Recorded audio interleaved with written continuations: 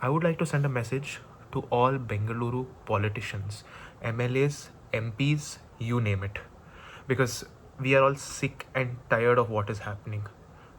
This city is being abused, harassed, and molested by your lot. It might be the babus, it might be whoever the cops, it might be whoever under the sun. It might be the BBMP, but who is supposed to take the accountability and the responsibility? It is you sitting in your leather cushioned chairs. Let me tell you very simply. The road conditions is pathetic.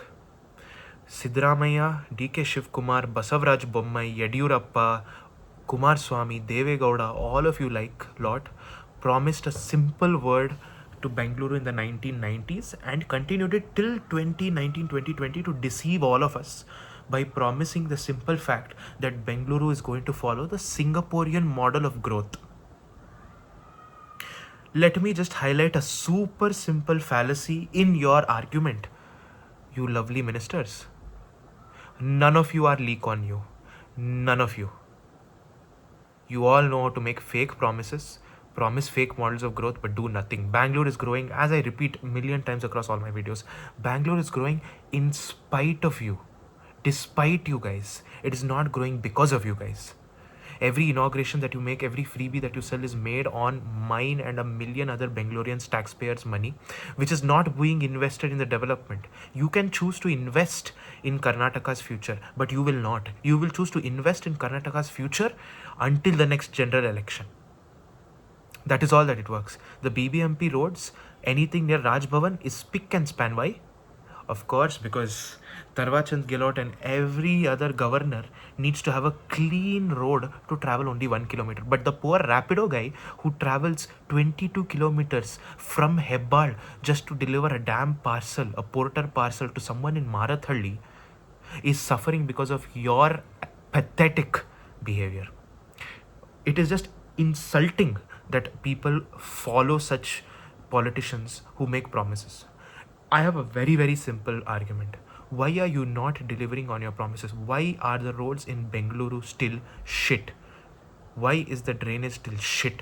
Why does Bangalore always flood? There's a beautiful Deccan Herald piece, in which the BBMP commissioner promises that, look, the roads need to be retarred regularly. Why are there no protocols in place? Why is there no SOP? A standard operating procedure. I am a 21-year-old student, a 21-year-old graduate who can think better on how to execute and implement than somebody who is working in a corporation for 20 years developing a protocol. I do agree that corruption is rampant. Changing it will take time. But why is nobody taking the first step? My friend who was traveling just through a narrow patch to go for a vacation so that she can take some time off her work was stuck under an auto due to the simple, pathetic nature of the roads. I will attach the images of the roads as well. But this pathetic road condition is what caused not just my friend but another biker to lose grip during the heavy monsoons, fall and injure themselves. She is sitting with a fractured hand and is out of work. Temporarily, of course. But my question is simple. You promised the Singaporean model of growth, but none of you are ready to take on the mantle of being Lee Kuan Yew. None of you have the potential to A, inspire, to B, execute like how the Singaporean government does. You will promise that you will bring this. You will promise that you will bring development. But whenever there is an opportunity to take a difficult decision, you will not.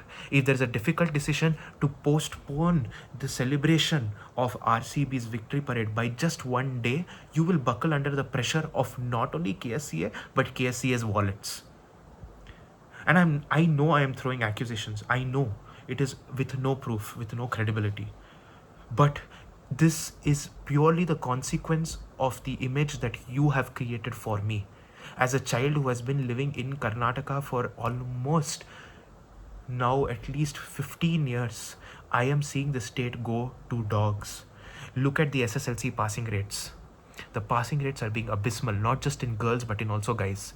Students are failing left, right and center because of the simple fact that education is not being prioritized. You are choosing to give free schemes. I do agree that some schemes are very, very good. For example, you giving the free bus travel for all students like that. That is schemes that we should address more. But you will not do that. You will not execute that.